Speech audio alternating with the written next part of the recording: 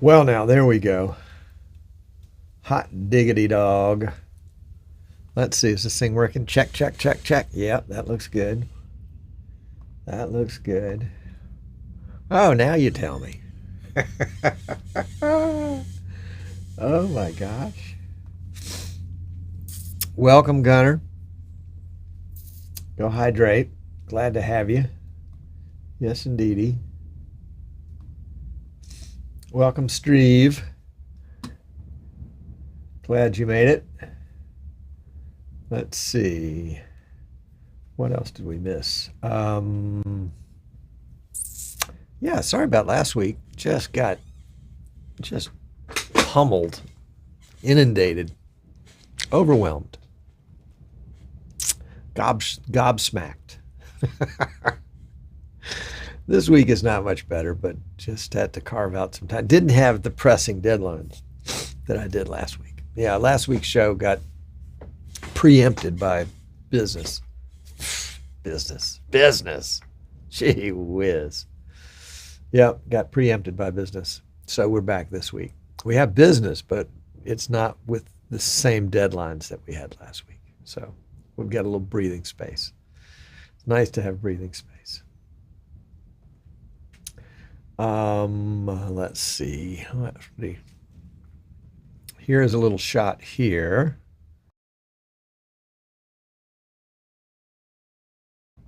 Yeah, that's the. Do we have? Hold on. Yeah. Yep. Yep. I got my triggers messed up. Anyway, that's this. This is the Bird Dog P100 from the other side of the studio. That kind of gives you a little idea of what the camera and the mic setup is. We'll talk about that in the show today. And yeah. So Tim Trott has a different icon, an icon. You know, it's funny how words get superseded, or the meanings get superseded. I mean, prior to what, 5 years ago, maybe, um, an icon was a religious painting. Um, and I remember 30 years ago, kind of co-hosting, well, not co-hosting, but being associated with, that's a better term, an icon painting workshop. Um, so you just never know how things will change from generation to generation. And they do. Things change remarkably from generation to generation. I remember people complaining about my generation when I was growing up. Oh my gosh, the world is going to hell in a handbasket.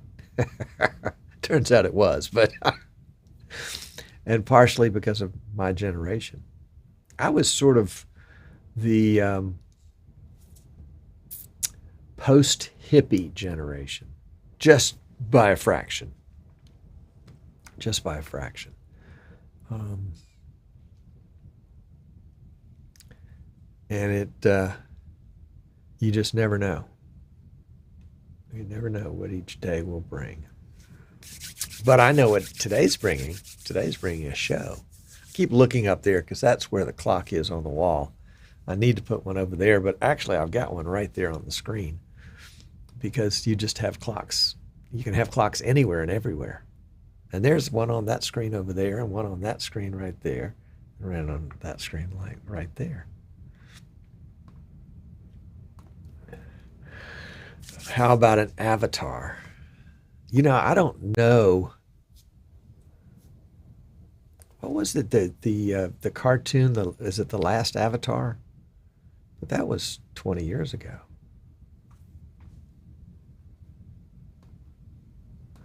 In a different context. 5 years ago? Yes. Hard to say, Dave. You know, I just don't have my finger on the pulse of the culture like I used to, like I ever did.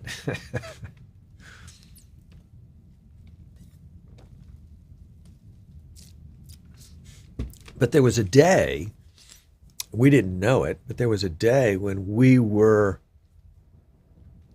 I won't say changing culture, but we were creating culture. Now it might have been in a micro system like a school or a club or a community or something like that. But the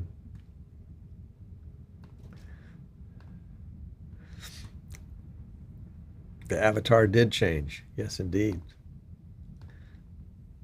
Thank you, Ron. I'm glad to be back. Glad to be back. Yeah, I don't know if I'm going to see that or not. I don't know.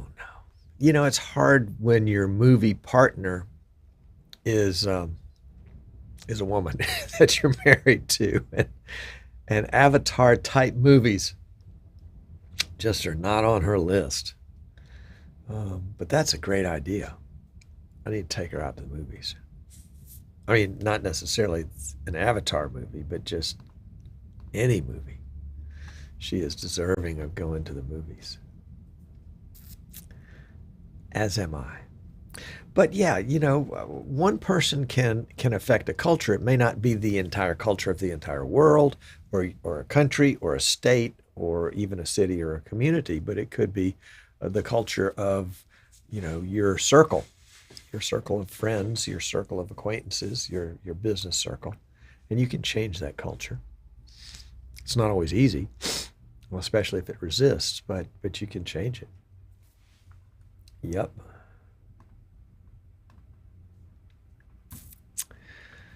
Xerox started the computer icon revolution. Apple hijacked it long before 5 years ago. Prior to that, icons were religious paintings. Thank you, Dave. That's right. Xerox was the first one to use the mouse prior to Apple using the mouse. That is right. That is right.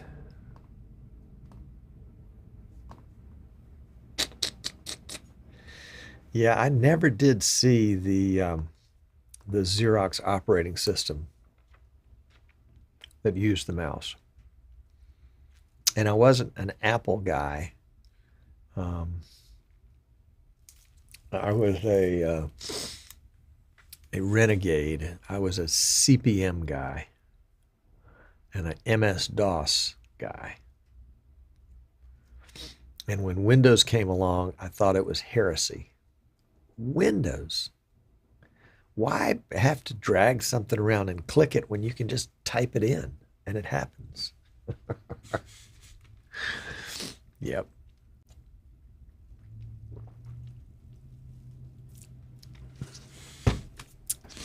Now command line processing is a thing of the past.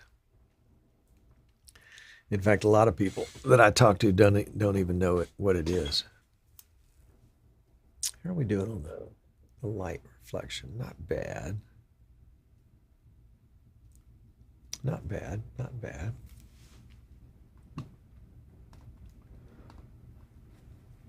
Welcome, Maggie. Are you back in the States?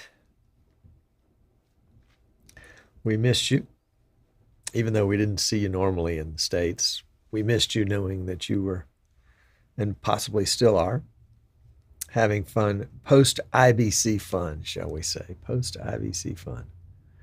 Yep. Yeah, you know, that's it. We need to get Maggie on the show when she's back in the States for any period of time, to get Maggie on the show.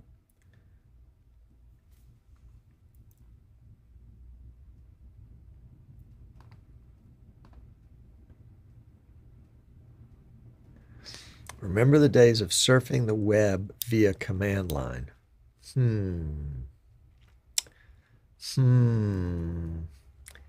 I think I skipped that one. I do remember kind of that in-between time where when we were just, we were getting online, and we would dial into AOL, and AOL was it. AOL was the web. Holy cow. Those were the bad old days. And in fact, I have a family member that still has an AOL email account from that time. Oh, Maggie's home all week. Show. Well, glad to have you. Well, I will send you a formal invitation to come on the show when you fully recover. There we go.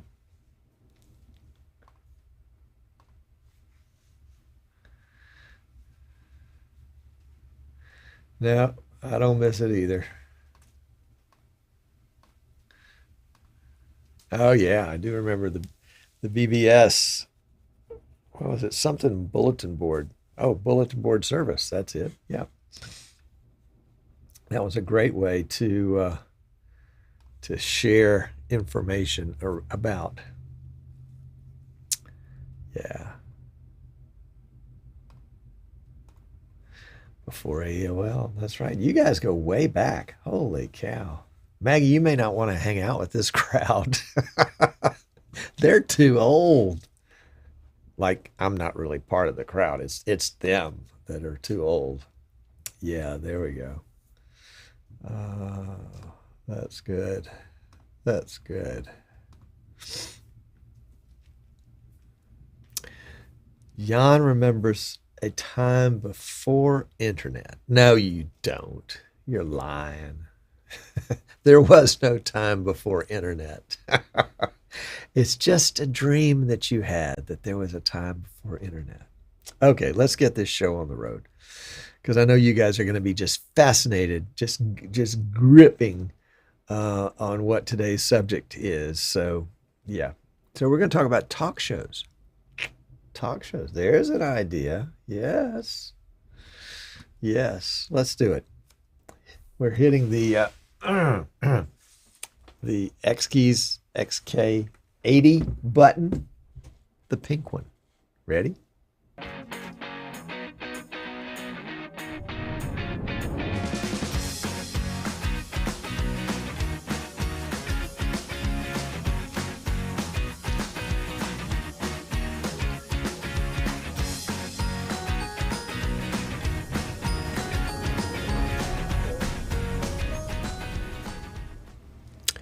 Rule number one in talk shows, turn your phone off before the show.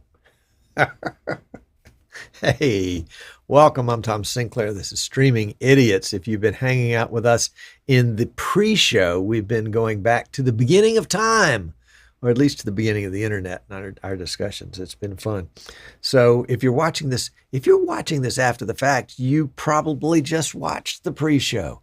You know, we're one of those rare shows that actually publishes the show, the pre-show, and the post-show, all as one show. So if you arrive late, you're not penalized. You can go back and watch the pre-show. If you can't watch for a day or a week or a year, you're not penalized like some of those other shows that only show you the show. You have to be special and be there in person to watch the pre-show and the post-show. I don't know where that came from. Sorry about that. Just teasing. Glad to have you. Today we're going to talk about starting talk shows. Because if you've watched this show for any period of time, you're thinking, I can do better than that. And of course you can, but that's not the point. That's not the point. The point is most of us, I'll say, everybody, but maybe some people don't. Most of us have something that we're really passionate about. In my previous career, years and years ago, I was a home inspector. And I just stumbled into the world of live streaming in 2006, 2007, and just became enamored with it. And that's where this show that ultimately that was ultimately renamed Streaming Idiots. That's where this show began over 10 years ago, talking about live streaming. And it was something I was very passionate about and I wanted to share information on. And as it turned out, after a period of time, that actually morphed into a business, Eastern Shore Broadcasting, which is kind of the host of this show, where we design and build live streaming equipment, and we represent excellent companies like X Keys and vMix and Bird Dog and PTZ Optics and the like. We're very, very happy to do that. So that is where this kind of came from. And I was very interested, very passionate, very rabid, you might say, if you want to put a negative context onto it. And back in the day, back 2006, 2002, 2007, we were trying things like multiple Skype talk shows. For a period of time, I had probably about 2 years. I had a little weekly talk show about the local, our local community, Baldwin County, Alabama, the soccer. What was going on in soccer, mostly high school soccer, but we talked about some club soccer and some other kinds of things like that too, and had different soccer coaches on as guests, and we would talk about the past games that had occurred and the ones that were coming up, and it was really fun, and it was a challenge to get multiple Skype calls onto the same PC and be able to have enough bandwidth left over to live stream. And it was just fun. It was fun to do, and it was something that I was passionate about, the technology part of it, and of course about the soccer part of it, because that's what brought me into this. But that's my number one on the list of how to start a talk show like this, is to have something that you're passionate about. And you thought this was going to be about technology. It is too, but it's the heart.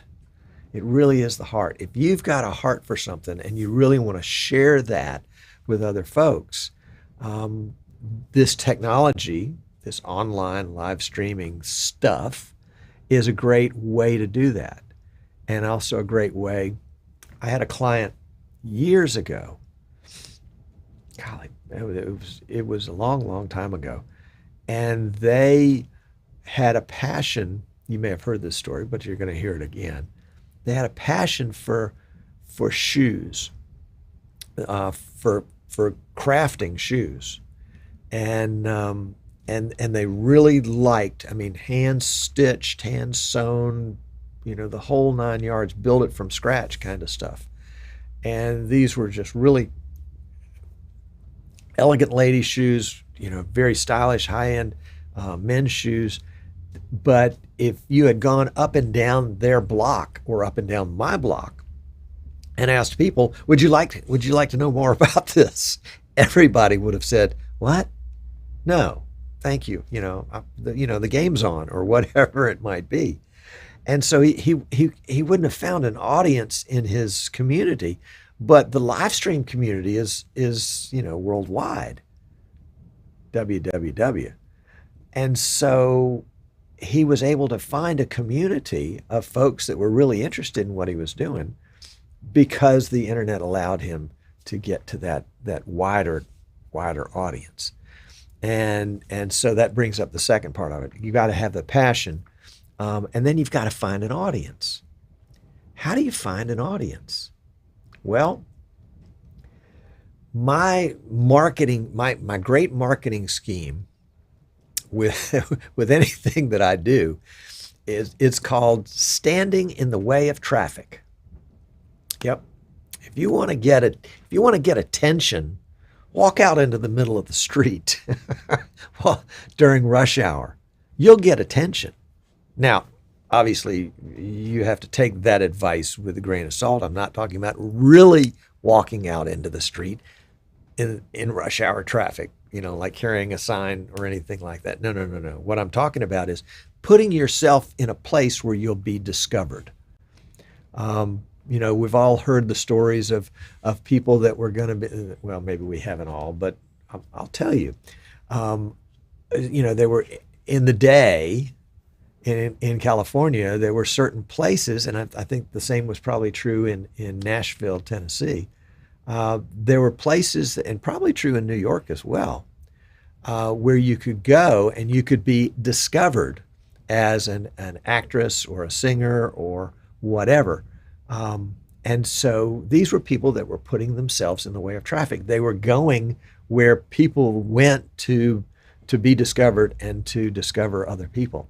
So you say, okay, if I like shoes, how do I get my name, my word out there about that? Well, whatever the subject is, there are probably already online communities about that subject.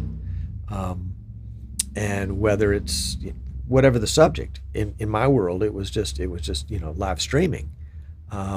Facebook is a great way to discover other people that have your same passion. You could just do a little search. You can do a Google search for that matter. There may be Twitter accounts or LinkedIn accounts or Twitch accounts or TikTok accounts or Instagram accounts that have those same sort of passions. And some of those you might find welcoming, to the point where they would welcome to have you post a link to your show, or an announcement that you've got a show coming up, or a solicitation for guests on your show, or asking for assistance for topics on your show. And that puts you in the way of traffic. It puts you out there where people can discover you. Always, always, always give people a way to link back to you somehow. Don't just assume that they'll know. Make it easy for them. Make it a link. All they got to do is just click a link. You get tired of hearing that, but it's true. It's really, really easy to do that. Now you can go through the subscribe and hit the like button and hit the bell and lift your left leg. But yeah, by the way, I would like you to like this video, but nevertheless, the idea is you get in the way of traffic. You put yourself out there where traffic is. Now, there was a day when there was no traffic about live streaming. But there was. I was able to find places where people were talking about it. And it took, I think, at the very beginning, I had discovered it quite by accident. And it took me 2 years to find the first software that allowed me to switch cameras, which is what I wanted to find. It took me 2 years to find that because it just wasn't out there. But, you keep searching and eventually you found it. And of course, Wirecast was out there. I just wasn't using the right search terms to find it. Or Wirecast wasn't using the right search terms to be discovered by me. And I think VidBlaster was out there too, and that was the first one I found. So you're standing in traffic. That's how you get found. You've got that passion. And then you practice. My wife, Sandy, bless her heart, she got so tired of listening to me talk about this stuff because I would rattle on about it endlessly. Heaven forbid she asked me a question about it. She got an earful every night for a week till finally she would just say, okay, enough. Let's talk about something else for a while, shall we? But I practiced on her, bless her heart, and it was so great to be able to do that. And in the early days of my show, I practiced on you. Dave, and possibly others, Eric possibly, remember those early days where my famous word was, does anybody remember what my famous word was? Let's see if you guys are paying attention. I'll give you a couple of seconds to come up with a name. The name of my favorite word that I used all the time in my early shows. All right, so we have a passion. We have finding an audience, standing in traffic, getting in the way of traffic. We've got practice. You thought this show was going to be about technology. There is the technology part of it. But really, I think that's the simplest part of it now, the technology part. Now that COVID is over, webcams are a dime a dozen. They have a microphone built into them. It's not a good one, but they're getting better. And you've got a laptop and some earbuds, and you've got all the technology you need to get started. Yes, eventually you may want to work your way up to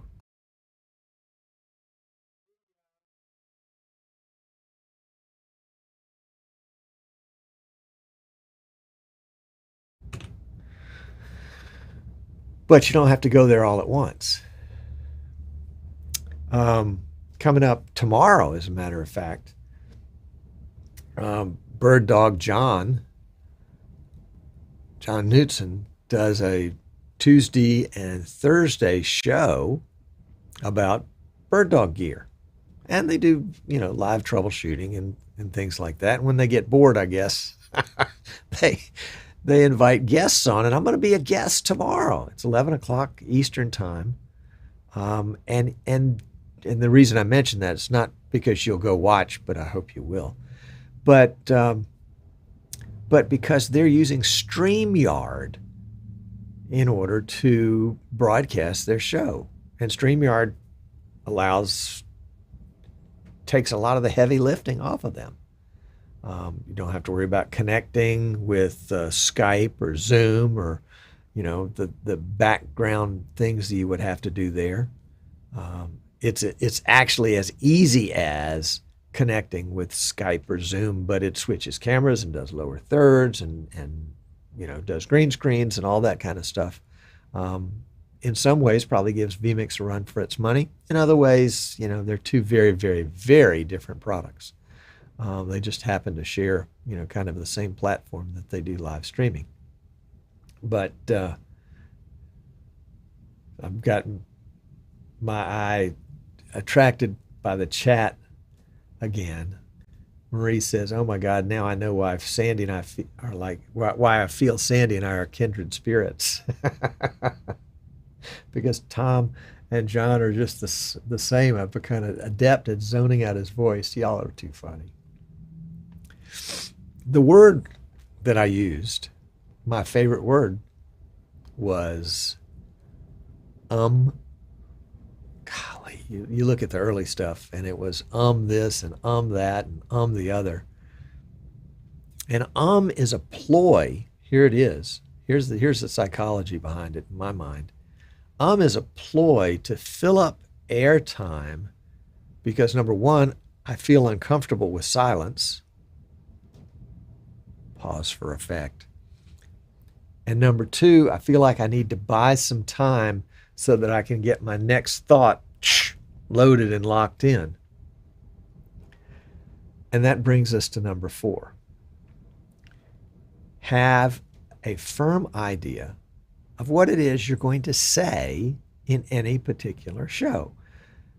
I've watched shows where people have written down word for word everything they're going to say, and they are reading it from a script with pauses for effect and, I guess, notes to look at the camera. And that I wrote out some of my early shows. I wrote out the shows pretty closely, pretty tightly. And I had a schedule, 2 minutes for the introduction and 3 minutes for a monologue and 12 minutes for my guest and on and on. And as time went on, I realized, number one, it doesn't matter. Number two, it's not like I have a commercial break that's coming, a hard break that's coming at the top of the hour that I have to get off of here for.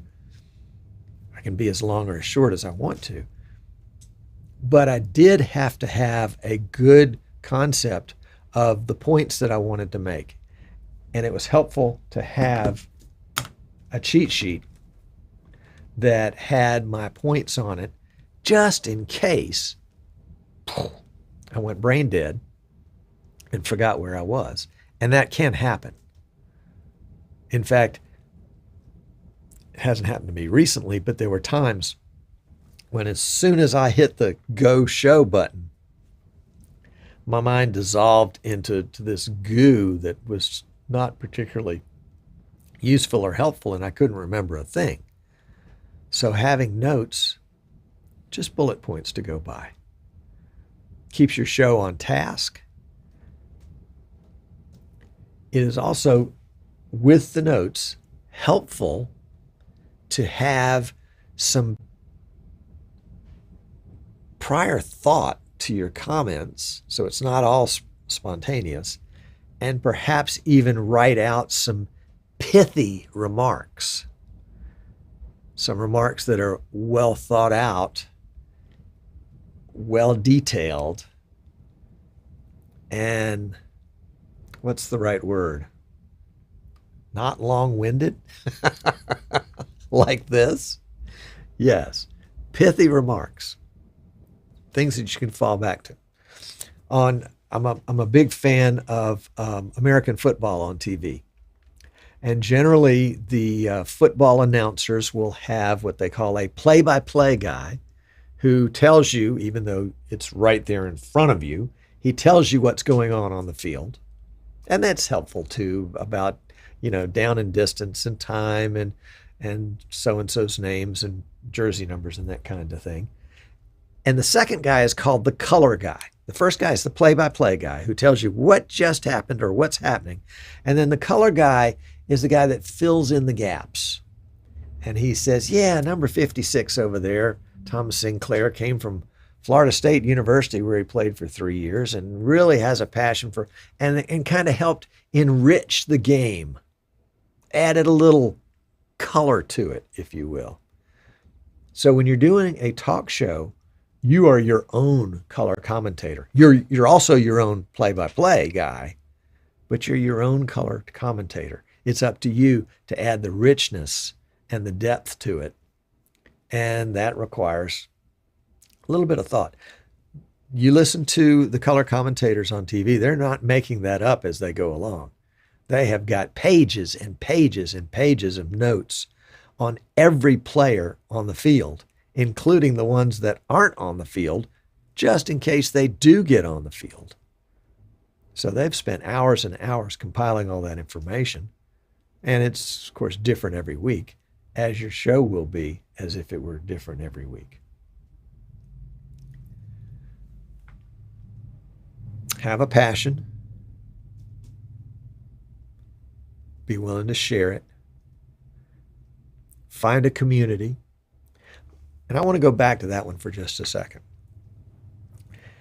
And sometimes find a community means build a community.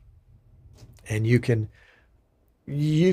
ride on somebody else's community for a while, but after a while, you find that you build your own community. And I want to give a hat tip to Marie and Jan for forming the Streaming Idiots group on Facebook.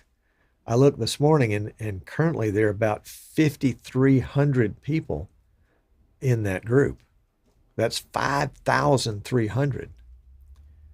And I remember Marie, I think it was Marie, telling me early on, maybe the first week or two after they started the group. And the group was just supposed to be for followers of the show so that you could kind of keep up with things in between shows and share and kind of maintain conversation in between the weekly shows. And she said, I was hoping that maybe, after a couple of months, we can have 50 people in the group.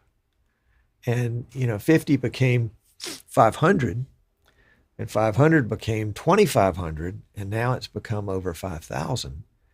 And it's kind of creating your own traffic jam and being in the path of traffic. And in some ways, I go like this because really what I see it as a sphere that has its own gravitational pull. And it pulls like-minded people to it. so that they can form that community. And I remember early on making a determination, as we talked about the Streaming Idiots group, and having been in some other groups where people were just mean, spiteful, vindictive. And it wasn't fun. It wasn't pleasant. And if it wasn't for the information that I needed, I wouldn't have stayed a part of that group for any time at all. And I determined that the Streaming Idiots group would be a group. And I remember how people that came into the group and asked a new question, new to them question, how they were treated by all the people that had been in the group for a while. And, that question's been asked 4,200 times and you're asking it again? Why don't you go look it up? Well, the newbies don't know enough to know. And so my hope was that the Streaming Idiots Facebook group could be a place where newbies would always be welcome, because that's what my business was built on. Folks that are coming into live streaming for the first time and needed somebody that knew what was going on to help them kind of navigate the waters. And, here we are 10, 15 years later, still doing the same thing, still working with people, believe it or not, that are live streaming for the first time. Or maybe they're in their church and the person that did the live streaming has moved on to another job or another church or another world. And so they're having to start from scratch. I get that. That's hard. And so that was one of the things that I wanted in this community of people, would be that this would be a very accepting group, and that people that weren't accepting and would be mean would just sort of be, kind of ushered out the proverbial digital door. And then there would be trolls, people that would come in and try to start trouble, or people that would come in and try to take over the group and, post their own videos. And so if you've read the rules of the group, you know that it's really intended to sort of, kind of push that aside and let people talk amongst themselves without having, promotions or scams or other kinds of things. And so not everybody that applies to join the group, the Facebook group, gets accepted. I'd say there was a period of time when probably only 1 in 3 or 1 in 4 was actually accepted. And that's, I think has gotten a little bit better as people are asked to join the group because they really want to be in the group for the group's sake, not for their own sake. Got way off track there, but what's new? So with that community, with that audience, as you build the audience, you're building a community. And the early shows, I remember, and several of you have asked me about this over the years, Tom, who are you talking to? How can you sit there and talk for as long as you do? Who could you possibly be talking to? And the answer is really kind of simple. And I think, make a note of it. If you're going to do a talk show, depending on the nature of the show, of course, but if you're going to do a talk show, the answer to the question of who are you talking to is, I'm talking to my friends. People I already know, people I like, people that like me, or at least pretend to, and people that are interested in what I have to say, and people that I express to them that I'm interested in what they have to say. And that's why the pre-show and post-show comments are so important to me. But I'm talking to my friends.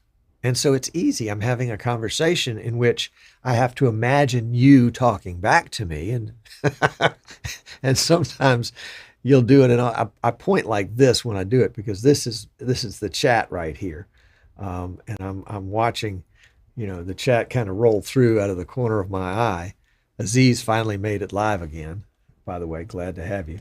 And Tree Fruit has a question for me, so we'll get this in the post show for sure. But I'm talking to my friends. I'm hopefully communicating to my friends new ideas, new concepts, new products, new methods, new styles, or in other cases, being corrected. Tom, your audio is not on. That's my favorite correction, because without audio, it doesn't work. So let's use that as a way to jump off of this rabbit trail and get back on the main theme, the main thread. You've got a camera, you've got a microphone. If you've got a guest, then you have to hear your guest. But of those three, microphone, camera, earbuds or headphones or speakers, I think the microphone is the most important. If you're going to invest any money on anything, invest it in the microphone. Old saying, I don't know that I started it, but I was one of the first ones to say it. People will listen to a show with bad video, but they won't watch a show with bad audio. Yep. They'll listen to a live stream, a video live stream, with good audio and bad video. But they won't watch a video live stream with bad audio, even if the video is pristine. I was watching, and it's self-selection. You know, people don't even realize sometimes they're doing it. What was it? I was looking for information about something online, and somebody had done a YouTube video, and they were walking around whatever it was outside, and whatever mic they were using, maybe it was their phone. I don't know. I point to my phone down here on the desk. Maybe it was their phone. And the wind noise, the crackle of the wind noise, that did it for me. I clicked off of it. And then a couple of days later, you know, I was looking through, you know, how YouTube will flip back up if you have logged into your account on YouTube. It kind of tracks and follows what you were watching, and tries to bring up things that it thinks you will be interested in. And it brought up this video from a couple days ago because I didn't finish watching it. And I was like, oh yeah, that looks interesting. Clicked into it, and within 2 seconds, I realized, oh, that's why I didn't watch this, because the audio was so bad. Get it out of here. Don't even want to go there. Don't want to. I mean, I don't need information that bad that I'm going to suffer through audio that's that bad in order to find. I'll get the information somewhere else. Thank you very much. So if you're investing in the technology for your talk show, camera, headset, speakers, earbuds, microphone. Went through, I don't know, half a dozen microphones here before I found what I liked. And once I found what I liked, I stayed with it. This is the literal same microphone that I've been using, I think, for the majority of the streaming idiots era. This is an audio. It's not a fancy schmancy. I'm not smart enough to know fancy and schmancy. It's an Audio-Technica AT897, which is about a 6-inch shotgun mic on a one of those little suspension stands on a boom arm attached to my desktop. So if I make the mistake of doing something on the desktop, it'll pick up the vibration. Not a good thing, but I had to train myself not to do that. Hat tip to Mike Phillips and to Martin Kay for helping me get that straight. And that was years and years ago. Mike was the one. Took me a month to understand what mix minus was. I was not an audio guy. But you need to become an audio guy unless somebody else is doing it for you, because the audio is critically important. Critically important. And what I found out with this particular microphone is the studio has to be pretty much a dead zone for sound. Not that it has to be soundproof, but that it has to, it can't have places for sound to reflect easily. So here in this studio, I've got moving blankets, you know, those big, thick, padded moving blankets. I've got those hung in a lot of places, but I've also got drapes and curtains and movable panels and boxes and then I've got an electronic thing that I use, and I won't get too deep into this, but vMix will take a plug-in, a VST3 plug-in in an audio input. And I'm using a Waves Audio NS1 noise filter. And I'm running it on this microphone right here. And 4 feet on the other side of the microphone is a server rack with one big old noisy PC in it. And it's surrounded with a couple of home-built, would they show up in here? Let's see. Let me just see if I can show you guys these. Let me get the PTZ camera zipped around there. Yeah, there we go. Well, sort of. I'll try anyway.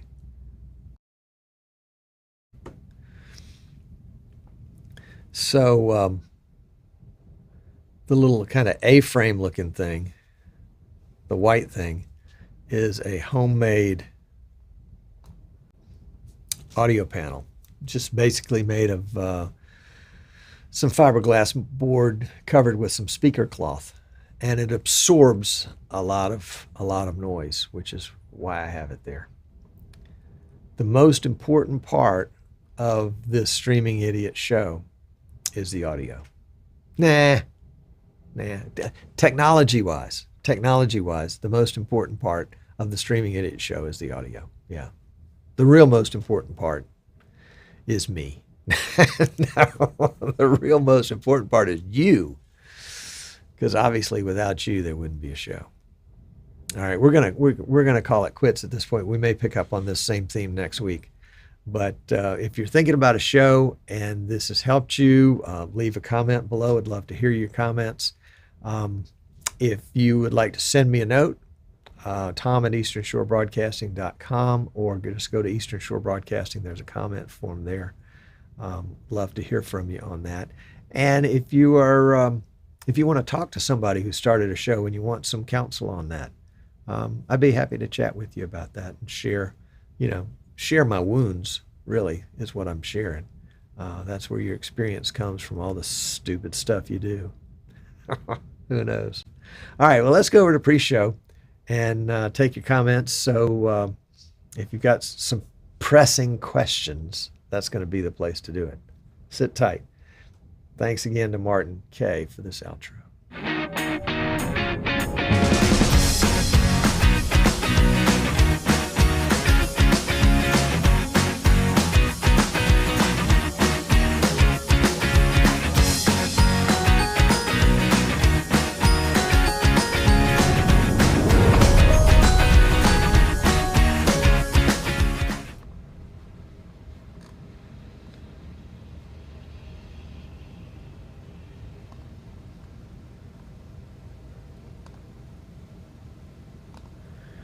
Okay, we're back. A time before the internet. Oh my gosh. Was there such a time?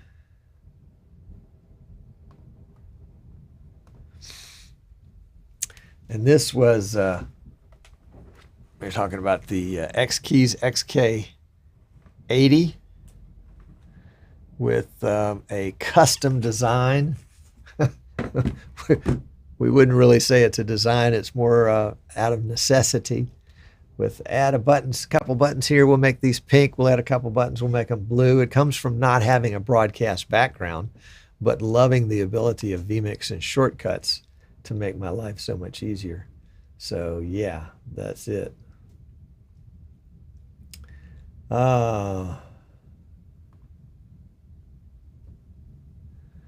It's called Talk Show. Oh my gosh.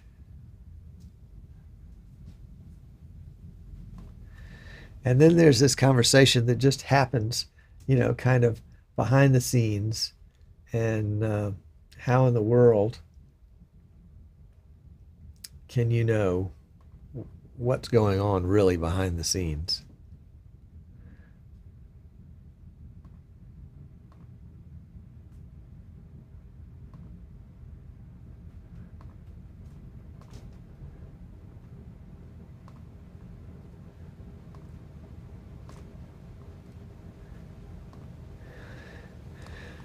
And then there's Eric. Every week, every week. But he's here. He's here.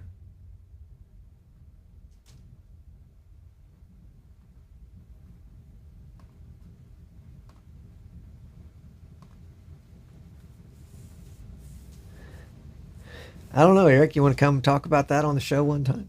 I think that would be fun.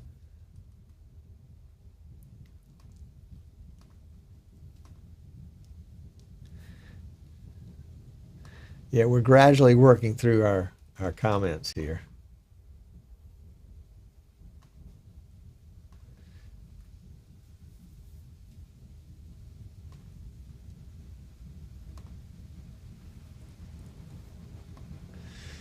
I guess that's the answer to my question there.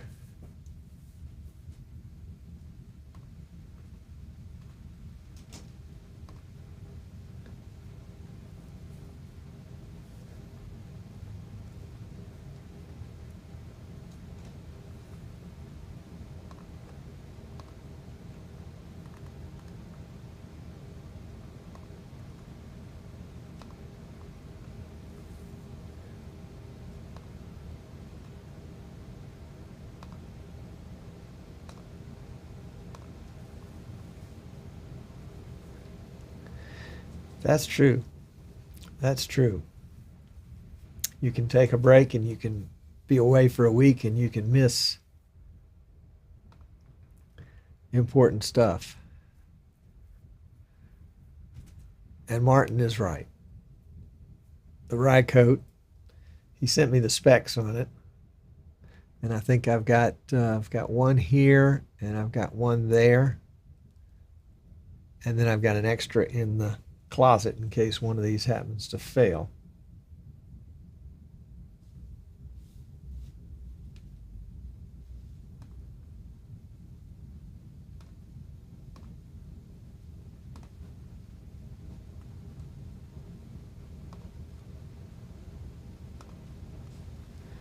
Funny story about the X Key 80.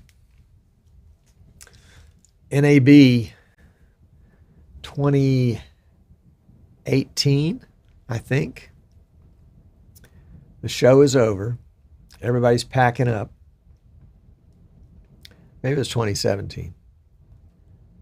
And so we're coiling cords at the vMix booth because vMix had asked me to come work with them that year.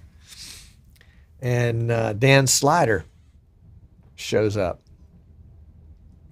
And he's come to reclaim the X Keys gear that he's loaned to vMix for the trade show. And he says, you see this X Key 80 right here? I said, yeah, that's nice.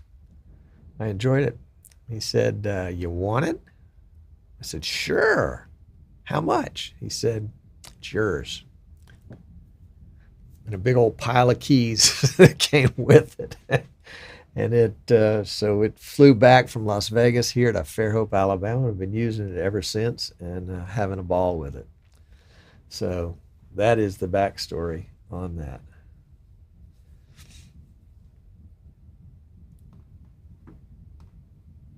Ah, you do hear a fan. Sometimes one of the downfalls, and Tim at vMix pointed this out to me the other day, I guess it was pre NAB when he was on the show, is that the NS1 noise filter, if you're quiet on your mic, and if I've got that same noise filter on multiple mics, so there are multiple instances of the filter, if that mic is quiet for a while, the NS1 apparently has some sort of auto gain feature in it where it raises the gain because it's afraid that it's missing out on some audio, I guess. And so you end up with fan noise or kind of a little bit of a hiss there. So, yeah. All right. That's an invitation to a show that Eric, I'm sure I've got your contact information somewhere, but if you don't hear from me, it's because I didn't. Or if you want to just drop me an email, that'd be great too. Let's see.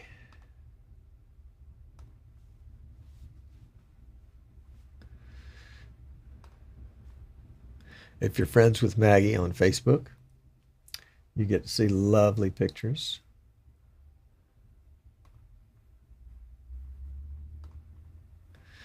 And Marie and Jan were at IBC, meeting the best people.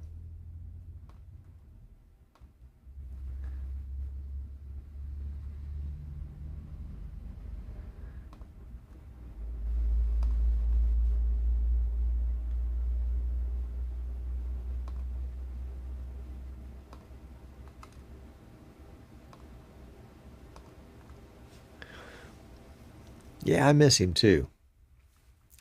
He was from my perspective, we're talking about Dan Slider, the former director of marketing at X Keys. He retired and went to be with his grandchildren. Is he was unflappable. I think part of it was that he was a tennis coach. And, you know, you just have to project a calm exterior to all those teeny boppers that you're trying to coach.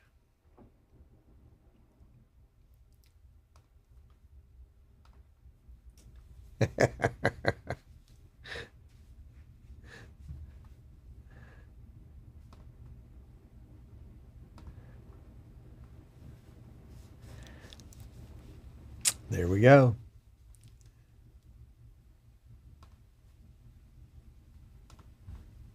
All right, Biz Shorty, sorry, has a question. Is there a way on the Stream Deck to keep the vMix shortcuts assigned to a button if you rearrange the buttons on the Stream Deck?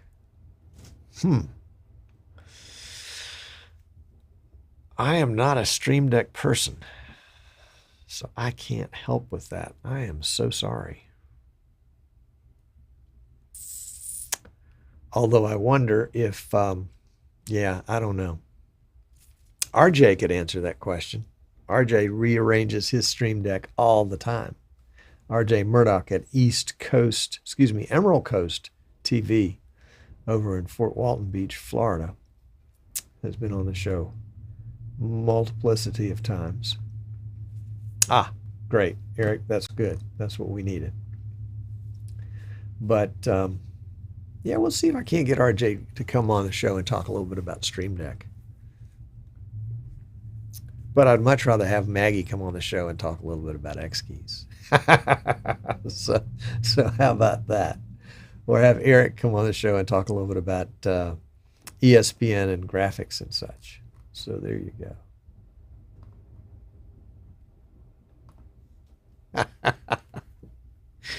Yeah, I can imagine you were giving away things right and left. Oh, would you like this X Keys 24? XK24? It's not very big. You can slip it in your purse. Oh my goodness. Oh my goodness. Too much fun. Too much fun. Yep. Definitely. Definitely coolness. And that has been the beauty of this, is the community of people that was already out there, I guess, in a lot of ways, and accepted me into it. I like that. Yes, RJ's got a new weekly show. That's right. I'm glad for him because it's helping get him some local recognition.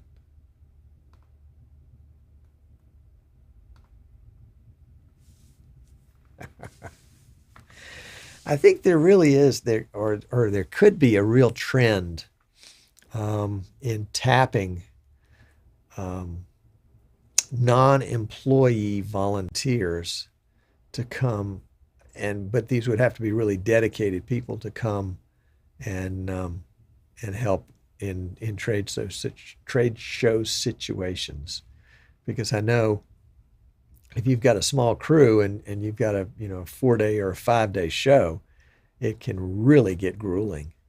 And to have an hour off during the day to get some lunch and put your feet up, or go explore whatever else is out there, can be really, really, really refreshing and valuable.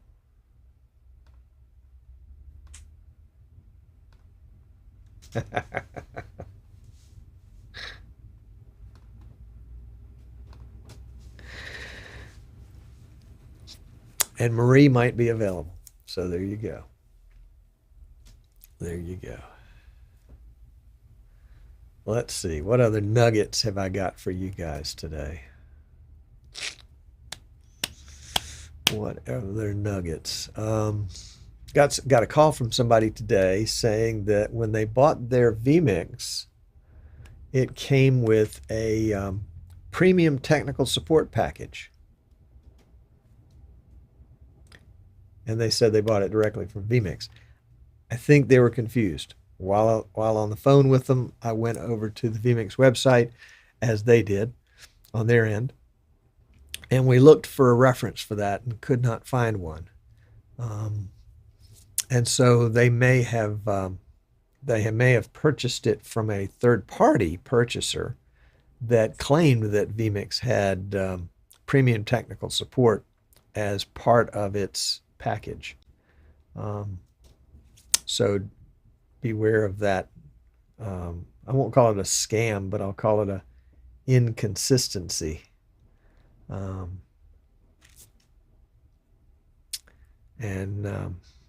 So yeah, so keep an eye out there. We are dedicated vMix guys here for sure. We'll stay that way. Yep. But I'm going to wrap up this post show here because we got a couple of PCs to build for a TV station out in Texas. Otis, it is not in Houston. It is in San Angelo. Not sure where that is. I'll have to look it up. But yep. And so a hat tip to them and to all of you. And it's great to hang out with you today. And I trust we will do some more hanging out again sometime soon. And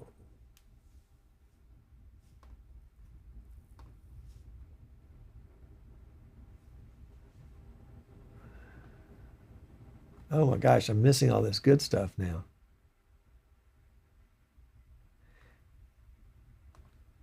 Yes, Biz, that's going to be really cool when it finally gets out there where we can see it and touch it and use it ourselves. Oh dear. Yeah, and Jan, whoever she was talking to was thinking too, and was thinking, and damn, she's already married.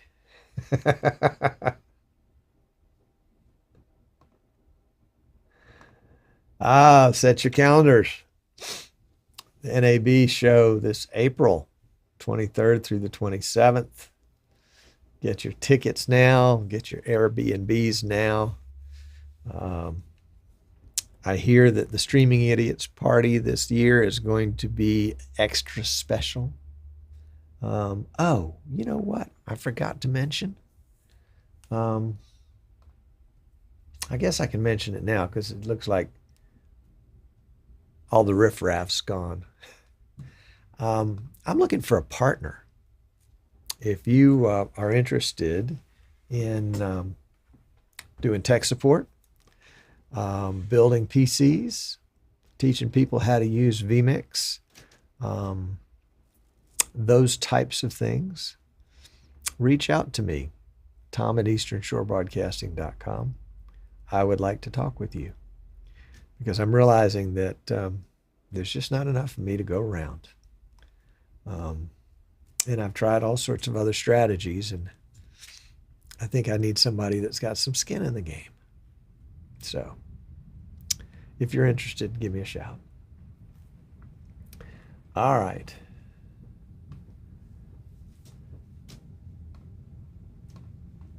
And there's IBC 23, September 15th through the 18th.